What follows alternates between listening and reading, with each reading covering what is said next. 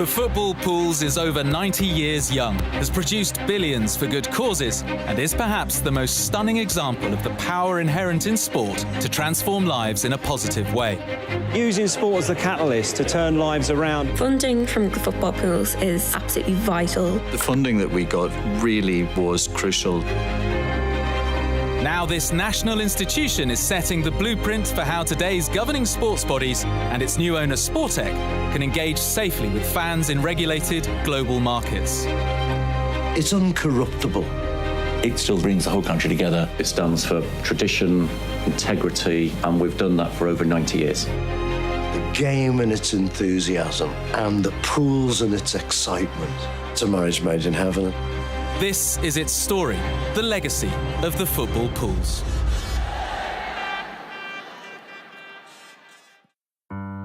In 1923, a young man named John Moores started handing out coupons outside Manchester United's football ground, Old Trafford, on a cold, damp, grey Saturday. He'd invested heavily into a business idea that he now needed to sell to the crowds going into the match. A pool of money would be collected, with the winner the one who predicts the day's football results most accurately. Of the 4,000 coupons Moores hands out that first day, only 35 were returned, his 10% fee not even enough to cover his expenses. His big idea was failing. The pools needed a happy accident, a partner to turn football into the national game which it became of this country. Radio was invented, and the BBC began its broadcasts in 1922. In 1923, the pools was born. That triangle of power, the game and its enthusiasm, the pools and its excitement, and the medium through which it could be delivered, that was what made the pools as essential to a footballing Saturday as anything could be. The pools is based on a pari-mutuel cooperative betting system, whereby the majority of the money bet is pooled between the winners. The organiser takes a fixed profit. The winner of the largest dividend is the one who gets the most points from their predictions. Today, an additional top prize can be won for correctly predicting 8 or more high-score draws. One such winner was pottery worker Edwin Dodd, who in 1934, and after a life-saving operation, went back to work against doctors' advice. He said he would rather die working than starve. Dodd later said his win of £1,000 saved his life. Hibernian 1, Kilmarnock 2.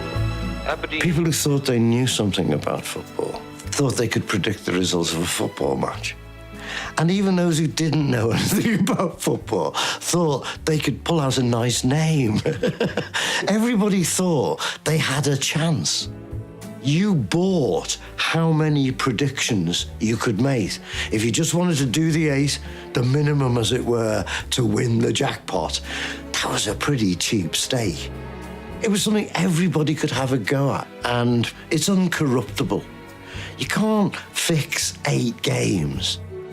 Very low stake betting with the chance of a big prize. Generally looking at, players, stake bets, have a flutter, as it's sometimes called, and to have fun and entertainment with that. Even people who wouldn't dream of watching a football match, even if it was on television, could take an interest in the dynamics of tonight. Our lives could be changed utterly. It's not a tough sell.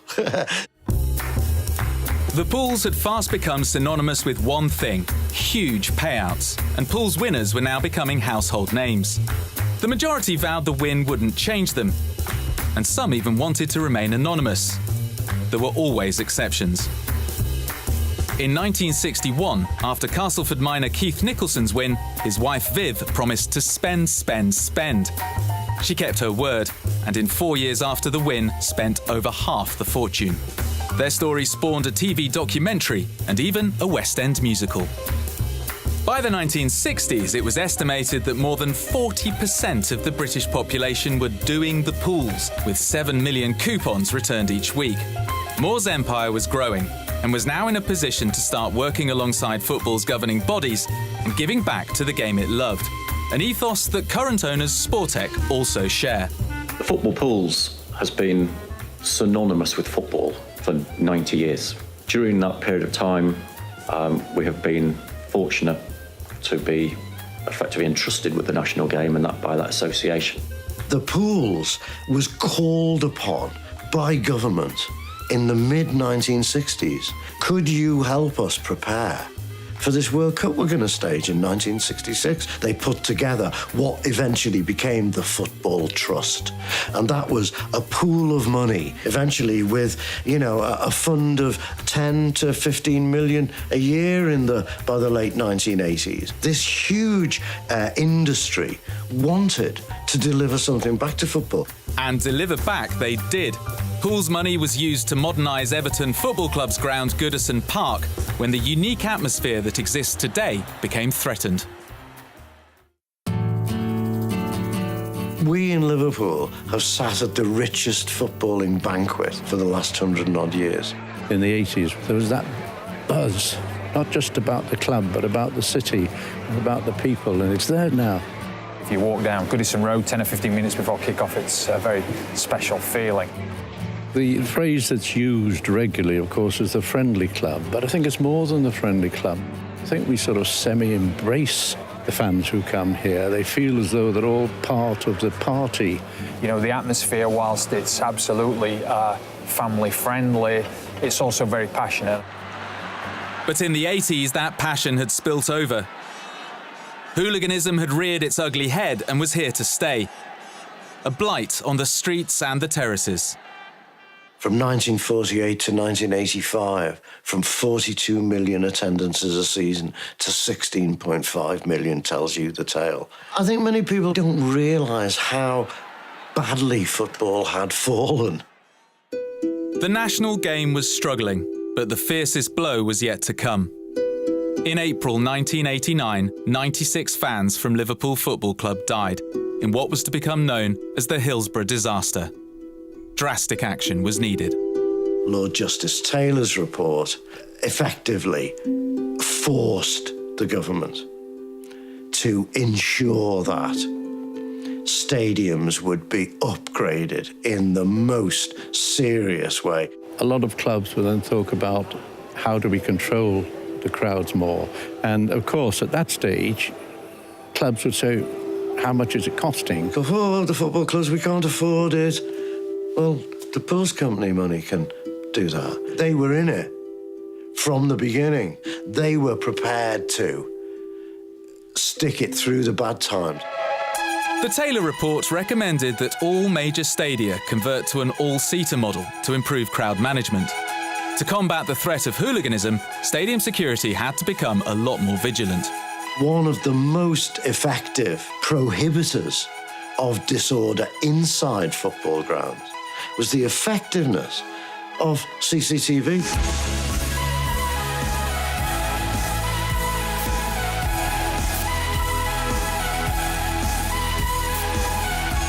CCTV was one of the best moves that was ever made because at that stage, whilst the majority of fans didn't even know what it was going to do, they damn soon learned. People threw darts and golf balls. There's a photograph of you doing that. Before the court case, they show it to you. You know you're going down for 6 months. It stops people behaving like that. It gives us the comfort that our fans are in here and their welfare and well-being is looked after. We had situations where the police had to pick out 1 or 2 people in the crowd for behaving badly. Now, as soon as you get that and then you get publicity on that, it strikes home. It goes wider than one club. It moves its way right the way round very, very quickly. These were very effective contributions as well, that this wallet could be opened up and the money could be taken out, and it meant that government didn't, i.e. taxpayers, didn't have to pay for it, and the game itself didn't have to pay for it. The club would have done it, but we moved forward more quickly. We probably moved forward more innovatively through the investment that the Pools gave us. If you were to go through the various clubs at that time and take a period of time and say what happened, you'd find there was intense activity. I mean, it was almost like a revolution. All-seater stadiums, estimated cost of £600 to £700 million. This is 25 years ago, folks. That's a lot of money. Paul's is on our doorstep. We've had a relationship with them for a long time, so we're very pleased to work with them, and we benefit from their investment in football. The Paul's has helped shape quite a bit of what we see at Goodison here today. Transforming lives is what Sportech and the Pools is best known for. The first £1 million payout came in April 1986, won by a syndicate of hospital workers from Wiltshire. But it's not just individuals and sport that benefit from their involvement. Over the last 40 years or so, our business has donated over $2 billion into sport, the arts, good causes, all about leaving a lasting legacy. Well, the football pools companies had obviously made an awful lot of money out of sport, and they wanted to put an awful lot of money back in. And initially, it was almost entirely football they supported, but through the Foundation for Sport and the Arts, which was set up in 1991, they found a way of helping many other sports, and indeed the arts. The trustees of the foundation were determined that they would reach valid causes throughout the British Isles. Go back to the ancient Greeks and the Romans. There is something fundamental about theatre that connects with people. Anything that keeps culture and literacy and communications alive is vital. The history of the Lyric goes back over 60 years. A couple, the O'Malleys, are very into theatre. So they started off the theatre in a sitting room, then moved out into an outbuilding, and then they got the opportunity to build the first Lyric theatre on this site. And that was opened in the late 1960s. The Lyric was, at that time, the only professional producing theatre in Northern Ireland. I think the really important thing about the Lyric is that during those dark days of the Troubles, it was a neutral space for anybody from any part of the city with any political commitment or none to come to meet other like-minded people. 5 years ago was certainly not fit for purpose. What we realised was that if we really wanted to grow our role in this society, we needed to think about rebuilding. We were aware that we were only going to get a certain amount of public funding. It was absolutely critical to get big building blocks, and one of the big building blocks was funding through the Foundation for Sport and the Arts, which comes from the pools. I think the building has exceeded our expectations. We have a studio, we have a full-sized rehearsal room. It's a really big building, and yet it has a warmth which people connect with. It was a significant amount of money for a very important part of the building, which was involving young people. The funding that we got from the Sport and Arts Foundation and from football pools really was crucial to developing the facilities that we have. What will happen is that kids who are now in the education suite will end up on this stage behind me and will end up significant performers or writers or actors or directors because of the time that they have been able to spend in and around theatre. It's opened the world to people. Theatre always does.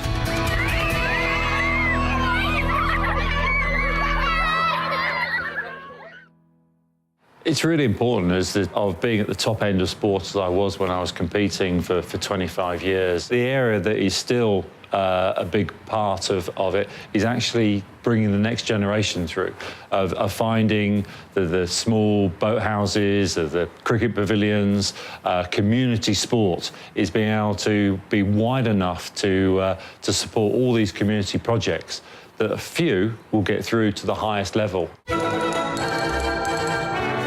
Lords is a very special place. Cricket is running through the veins at this place. You know, the young cricketers do dream of playing here in the country's colours. Marylebone Cricket Club own Lords and have been the guardians of the laws of the game for 200 years.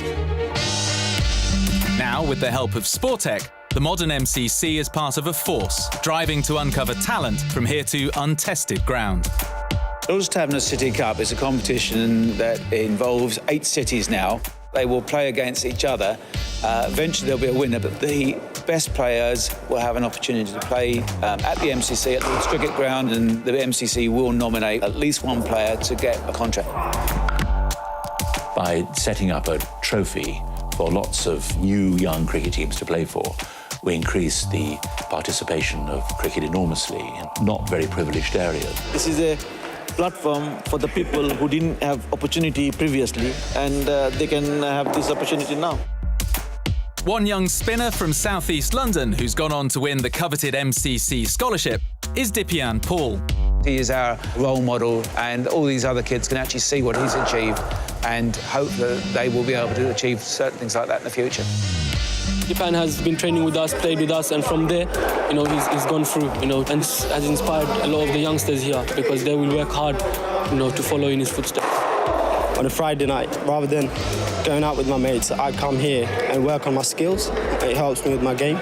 We need to do something about the inner cities. We need to engage with these young people because the opportunity to get involved in street crime and gangs, we really want to give them something else. Our national governing body are working very close with us, and they see this as a significant pathway for young people to engage with the communities. Oh, great cricket!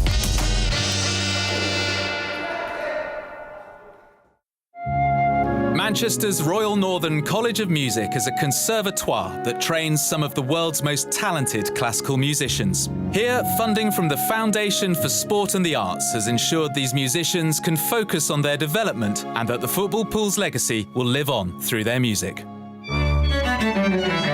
Your instrument isn't just the tools of your trade, it's your way of expressing yourself. You go through lots of big achievements with it. It's like a partner to you. As a musician, at a high standard, you absolutely need to have something that can take you as far as your own talent can. A musical instrument is very expensive. Well, since leaving the RNCM, I've been touring around Europe with the Big Chris Barber Band. When I started here, I couldn't afford to buy a proper instrument like the other students had. When my teacher saw my instrument, he said, "You can't play on this, you need some help." And I said, "I can't afford to do that." And they said, "Well, I think we can help you out." The instrument loan scheme has been incredibly important to the RNCM. Students who are in need of an instrument will be advised by their teachers to make a formal application. The applications come through, they're assessed by a member of staff here according to the student's need, and the students are able to go and buy and select the instrument themselves. We pay for it, we insure it, and then the students have the use of it as long as they're here and for those 2 years after they finish their studies. We receive £250,000, which is a significant amount of money. Over 100 students have benefited from the scheme to date. The instrument that was purchased through the scheme was in the region of $5,000. As a student, I would never, ever have been able to afford that. My instrument will be worth roughly $10,000. It's just for my use. Once I finish studying, I have the option of purchasing it from the college then, so I'll be the sole owner of it. Without something like the instrument loan scheme, it would be very difficult to reach the highest level possible. Funding from groups such as the football pools is absolutely vital to anybody who wants to pursue a career as a musician.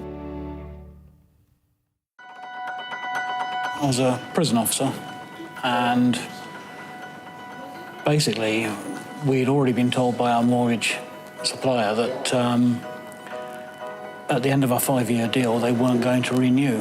And I had said just 3 weeks earlier, can we really afford to do this football pools thing? The phone rang as Michelle, a courtesy visit from the football pools. I thought, never heard of this before. There's something a bit more. Maybe I've had a bit more than my £38 win this time.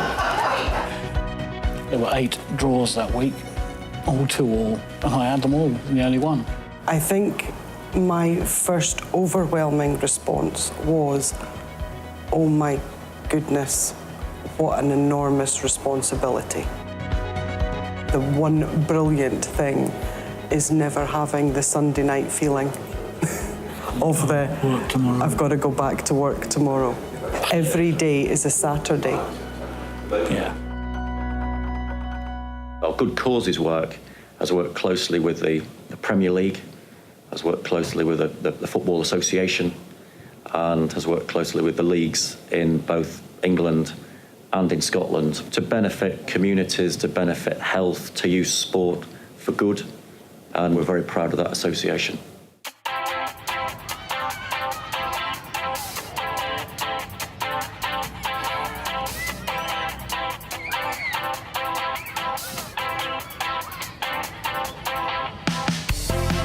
It's so important to offer young people an opportunity like this. We've had nearly 14,000 young people involved across the country. They may not have people they can aspire to particularly. So someone like Gareth, who's a fantastic ambassador, makes a real difference. I never thought I would actually get to train with such a professional player like him. It's basically allowed us to be as a team. Usually we were friends, but now I'm in a team now, thanks to Street Games. This morning was great fun. They were really engaged from the beginning. They were really excited about playing, and it was lovely to see. Together with the football pools, we've been able to organise this programme of national activities that wouldn't have happened without them. People who like football in Britain know about the football pools, and to be associated with that is another big plus. I've been out and I've seen what Street Games do in many of the communities around London, and the change is fantastic. Using sport as the catalyst to turn lives around and really change communities. Sport is a fantastic way of getting these people involved, and it's not only the health benefits but the community benefits as well, and hopefully these people will go back and they'll be ambassadors not just for Street Games but for their own communities. Street Games and football pools, they create an opportunity that I don't know any other organisations that would give us. The idea of the Street Games is a brilliant one. You know, to engage young people through sport is such a powerful tool, and without the funding of the football pools, that probably couldn't happen. Any sport requires communication, leadership, usually teamwork, and then hopefully they can take that back into their own communities and have an impact themselves.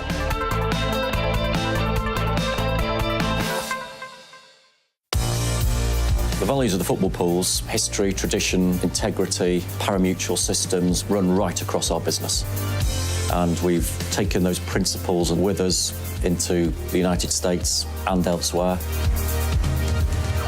We're now a global operation trading in some 30 countries and now heavily involved in sport of horse racing, processing $13 billion globally. Half of all betting in North America on horse racing is done through our systems. Bringing in a pool-based system, sport earns money from it and raise money for good causes. We're also developing a leading chain of sports bars, restaurants and wagering venues. I mean, we are handling, in the US alone, $6 billion of customers' money. So integrity, systems, quality has to be at the very centre of what we do. We operate a system which is as uncorruptible as you can possibly get. I would like to make sure that the values that have been into the very heart of our business for 90 years carry on through for the next 90.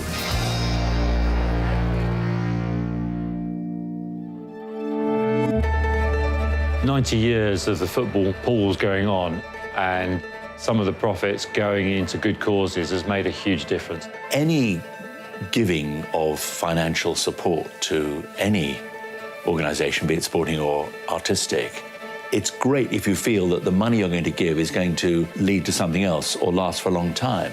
The funding has put resources into the future. And to me, that's what it's about. It's about having more people being active, more people having fun within sports. And if you get more people doing that, the top end will take care of itself. The people will come through and they will be winning the major championships and hopefully bringing Olympic medals. It's much more valuable to find something that will last and will either breed more money or something that you know will be around for a long time, a pavilion or a theatre or something. That's the key. Those are the best things to support if we possibly can.